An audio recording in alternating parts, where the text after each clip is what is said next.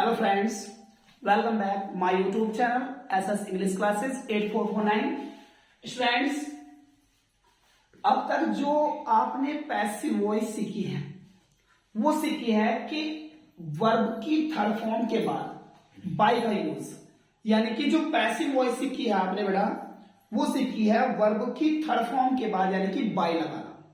यही तो सिखाया ना अब तक, यानी कि जितने भी हमने वर्ब लिखी हैं उन सभी वर्ब के बाद बाय का प्रयोग किया गया, यानी कि वर्ब की थर्ड फॉर्म के बाद बाय का यूज किया गया।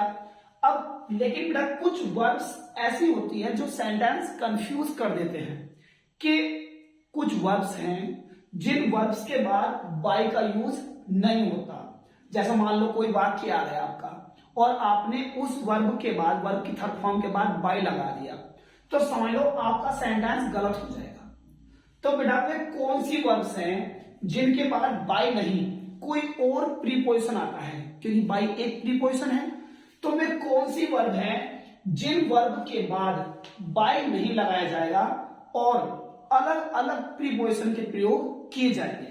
तो इस वीडियो में मैं आपको कंप्लीट रूप से ये सब वर्ब्स बताने वाला हूं कि किस वर्ब के बाद कौन सा प्रीपोजिशन यूज होएगा।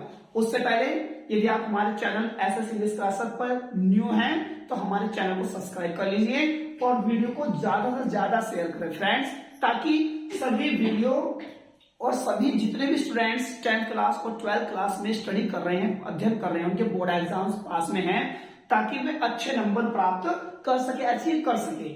फ्रेंड्स, आप देख रहे हो एसएस इंग्लिश क्लासेस और मैं हूं आपका इंग्लिश कोच और इंग्लिश ट्रेनर सुदेव सर। तो बेटा कुछ पैसिव वॉइस में कुछ वर्ब्स ऐसी आ जाती हैं जिनके बाद बाय का प्रयोग नहीं करते। अगर हम बाय का प्रयोग कर देते हैं तो हमारा आंसर गलत हो जाता है। वे कौन से वर्ड हैं आओ जाने। नंबर 1 होता है बेटा सरप्राइज्ड। सरप्राइज्ड, अगर हम सरप्राइज शब्द के बाद बाय का यूज कर देते हैं तो आपका सेंटेंस तुरंत कट जाएगा। एक होता है बेटा एस्टोनिश्ड, एक होता है बेटा डिसअपॉइंटेड, एक डिस्ट्रेस्ड, एक डिस्प्लेस्ड और एक अलार्म्ड। इन शब्द के बाद, यानी कि जो वर्ब की थर्ड फॉर्म है, ये बेटा आपके वर्ब्स हैं। क्या है ये वर्ब्स? अगर इन वर्ब्स के बाद में कौन कौन सी, surprised, astonished, disappointed, distressed, displaced और अलार्म्ड, अगर इन शब्द के बाद बेटा आपने बाय का यूज कर दिया ना तो आपका सेंटेंस कट हो जाएगा। इसमें बाय का यूज नहीं कर सकते इन वर्ड्स के साथ में, तो हम क्या का यूज करेंगे? हम इन वर्ड्स के साथ में बेटा यूज करेंगे एट का।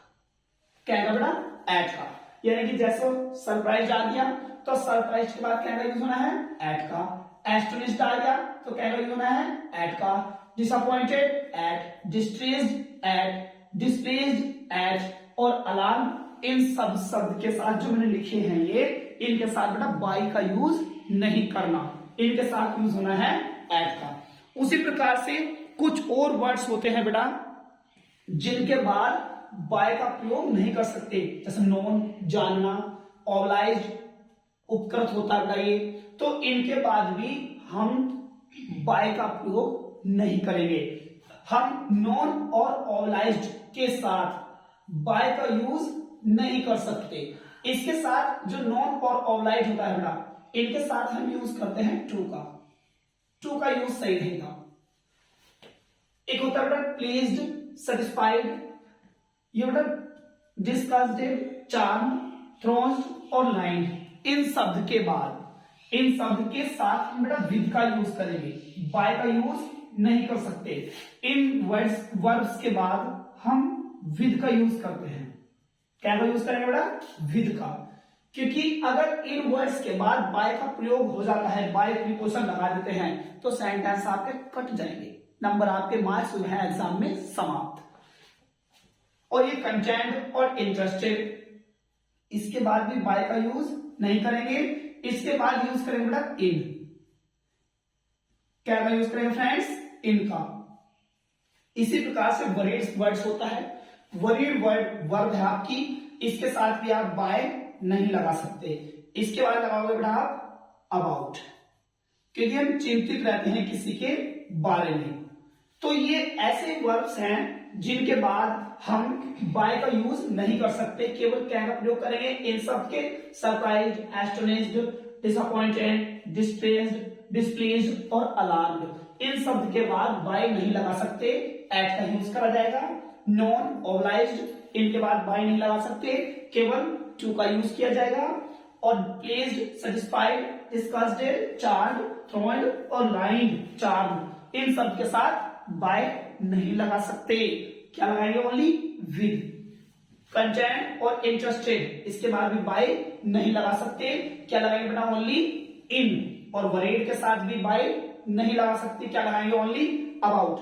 मैं अब आपको इनके अलग अलग सेंटेंस, ये बेटा किसी भी टेंस में हो सकते हैं, मैंने थर्ड फॉर्म लिख दी, ये किसी भी टेंस के हो सकते हैं, किसी भी टेंस के, ये ध्यान रखना है।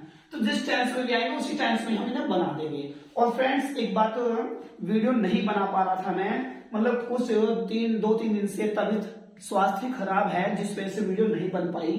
तो फ्रेंड्स और एक और थोड़ा हर्ट हो, मतलब मन दुख रहा है, क्योंकि मेरी वीडियो बच्चे जो है स्टूडेंट्स उतने प्रकार से लाइक, सब्सक्राइब और शेयर वगैरह नहीं कर रहे हैं, और वॉच टाइम नहीं आ रहा है, तो मन दुख रहा है।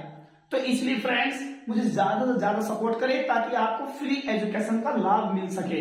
तो आइए इनके सेंटेंस मैं आपको सिखाने जा रहा हूं।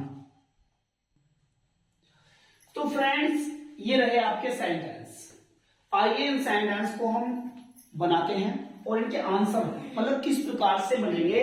और ये देखो सरप्राइज ये रखा, ये रही सरप्राइज वर्ड, और ये रहा एस्टोनिश्ड वर्ड, ये रही डिसअपॉइंटेड वर्ड, ये रही डिस्ट्रेस्ड, और ये रहा बेटा डिस्प्लेस्ड, और ये रहा आपका अलार्म। तो ये अलग अलग वर्ब्स के मैंने सेंटेंस दिए हैं।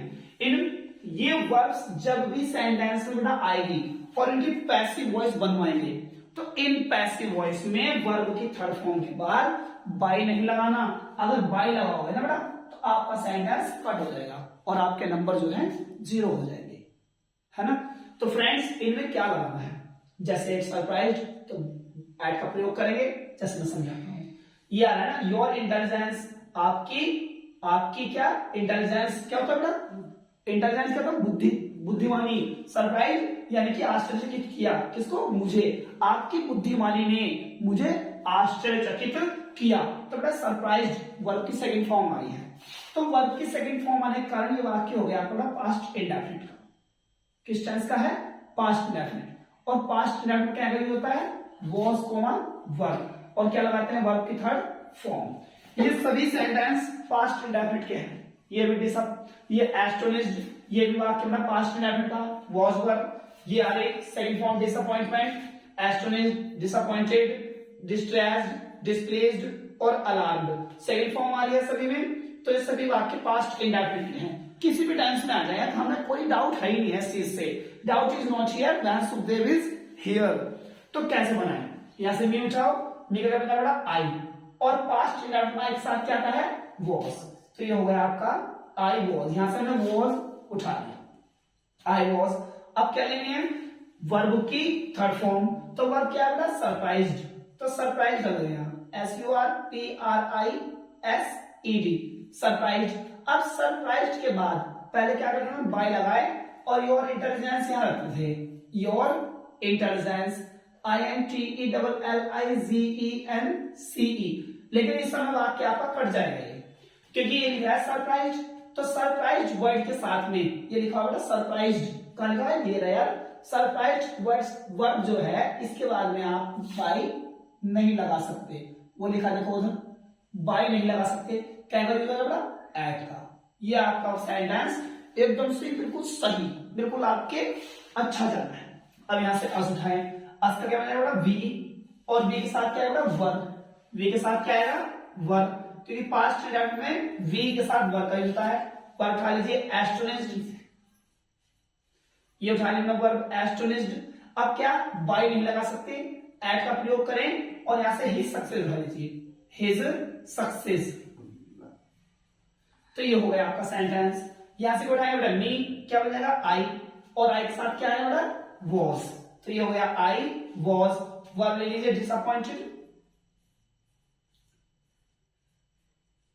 ये आ गया डिसअपॉइंटेड। डिसअपॉइंटेड के बाद एट, और हिज फेलियर, हिज फेलियर। तो इस प्रकार से हम जो है इनमें मतलब जो वर्ड्स लिखे ना बेटा हमने, सरप्राइज, एस्टोनिश, डिसअपॉइंटेड, डिस्प्लेस्ड और अलार्म्ड, इन वर्ब्स के बाद में हम बाय नहीं लगा सकते। इन वर्ब्स के बाद में एट का यूज करेंगे। जैसे ही इज डिस्ट्रेस्ड मी, तो यहां से मी उठाए आई और आई साथ क्या वाज, और ये वर्ब उठा लीजिए डिस्ट्रेस्ड, ये हो गया डिस्ट्रेस आपका, एट लगा करके क्या है यहां पर ही इज डिफीटेड आ गया, ये हो गया आपका कंप्लीट। अब ये सेंटेंस ले लीजिए, क्या होगा द टीचर्स हो रहा है एक वचन बहुवचन, तो कैन यूज हो जाएगा वो वर्ब का। अब वर्ब ले लीजिए डिस्प्लेस्ड, ये हो गया बेटा डिस्प्लेस्ड, और डिस्प्लेस्ड के साथ में जाएगा यूज होना, देखो बेटा डिस्प्लेस्ड के साथ में एट, और क्या हो रहा है इससे हिज रूड बिहेवियर। अब क्या करें, यहां से हिज फादर उठाए बेटा, हिज फादर, ये उठा लिया आपका हिज फादर एक वचन उठा देगा बेटा वॉज, और ये अलार्म्ड, एट का यूज करके क्या है यहां पर दिस न्यूज, तो ये दिस न्यूज यहां पर आएगा।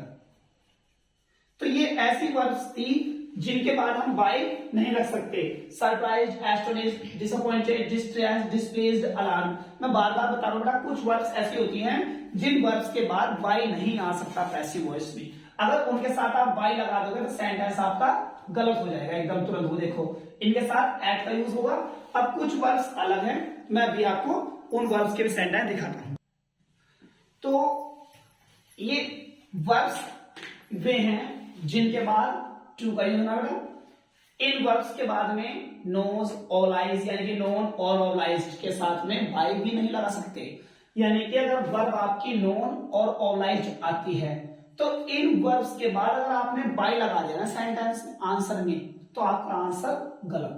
तो क्या करेंगे, ऐसे गांधी जी उठाए, ये देखो ऐसे ऐसा आ रहा बेटा, तो ऐसे किस टेंस में आता है प्रेजेंट इंडेफिनिट में, और प्रेजेंट इंडेफिनिट में क्या लगाते हैं इज आर एम, और इज आर एम के साथ क्या रखते हैं वर्ब की थर्ड फॉर्म पैसिव वॉइस। यहां से गांधी जी उठा लिया गांधी जी को, अरे उठाना कोली भर के नहीं है भाई, मतलब यहां से गांधी जी ऑब्जेक्ट था सब्जेक्ट बना दिया। अब गांधी जी आएगा एक वचन, गांधी जी एक है तो सिंगुलर इज, नो की थर्ड फॉर्म नोन, नॉन के बाद अगर आपने यहां पर बाय लगा दिया और एवरीबॉडी, तो आपका सेंटेंस तुरंत कट जाएगा बताइए। अभी आपका सेंटेंस गलत है, जब तक आप यहां पर नॉन के बाद बाय लगाओगे आपका सेंटेंस गलत रहेगा। तो क्या यूज करना फ्रेंड्स टू का, ये आपका सेंटेंस सबसे रहेगा। ये he will oblige me, he will oblige me वह मुझे उपकृत करेगा, तो क्या लें यहां से मी आई आया और विल बी कर देंगे, आई विल बी, क्योंकि वाक्य बड़ा फ्यूचर इंडेफिनिट का, और फ्यूचर इंडेफिनिट में क्या आता है विल बी, क्या लगाते हैं फ्यूचर इंडेफिनिट में विल बी और वर्ब की थर्ड फॉर्म। तो आई बन गया, आई के साथ विल बी और वर्ब की थर्ड फॉर्म ले लीजिए ओबलाइज्ड, ओबलाइज्ड के बाद में क्या यूज होना बेटा बाय, नहीं गलत, टू का यूज होना है, तो टू लगा के ही का क्या बना देंगे हिम। उसी प्रकार से कुछ वर्ब्स और अलग हैं, आइए उन वर्ब्स को देखते हैं। तो बात करते हैं इन वर्ब्स की, जैसे प्लीज्ड, सेटिस्फाइड, डिस्गस्टेड, चार्म्ड और थ्रोन्ड और लाइक्ड। इन वर्ब्स के बाद बेटा अगर आपने बाय का यूज कर दिया तो भी आपका सेंटेंस गलत। क्या करेंगे, इन वर्ब्स के बाद में आपको विद लगाना है। जैसे सेंटेंस देखिए, प्लीज्ड पास्ट इंडेफिनिट का सेंटेंस बेटा, और पास्ट इंडेफिनिट में वॉज या वर का यूज किया जाता है, और वर्ब की थर्ड फॉर्म तो कॉमन ही है। पैसिव वॉइस में वर्ब की थर्ड फॉर्म तो आपकी आनी ही है। तो क्या करें बेटा, ऐसे ही उठाएं, क्या बनता है इनका ही, और ही के साथ क्या रहेगा वॉज। वर्ब ले लीजिए प्लीज्ड, और प्लीज्ड वर्ब्स के बाद में आप विद का यूज करेंगे, और माई बिहेवियर, ये हो गया।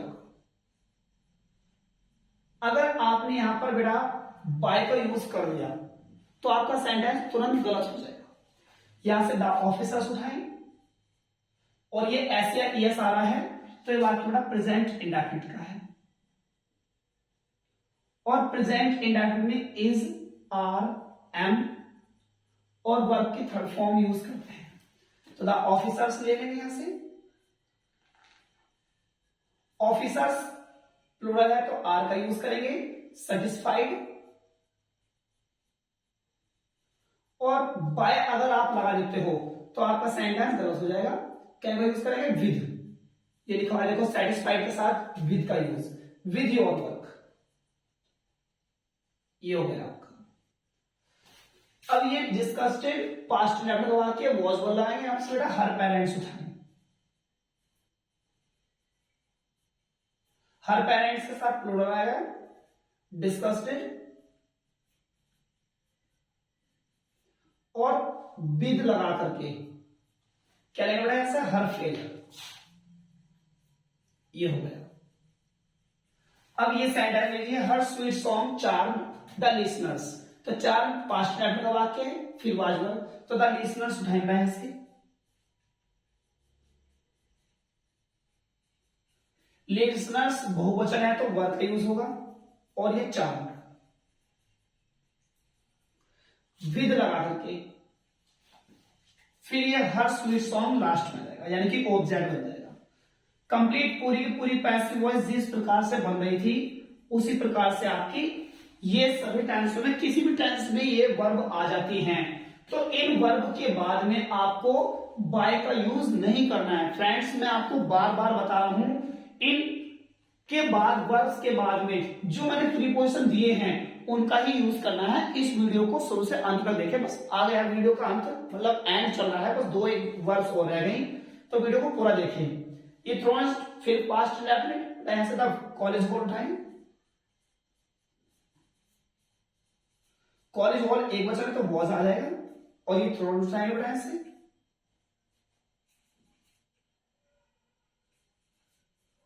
अब विद का प्रयोग करके क्या होगा ऐसे, द स्टूडेंट्स, ये हो गया कंप्लीट आपका। अब the passengers line the booking window, तो सेकंड फॉर्म आ रही है, फिर पास्ट इंडेफिनिट, फिर वॉज वर्ब का प्रयोग करेंगे, तो द बुकिंग विंडो उठाएंगे यहां से, द बुकिंग विंडो,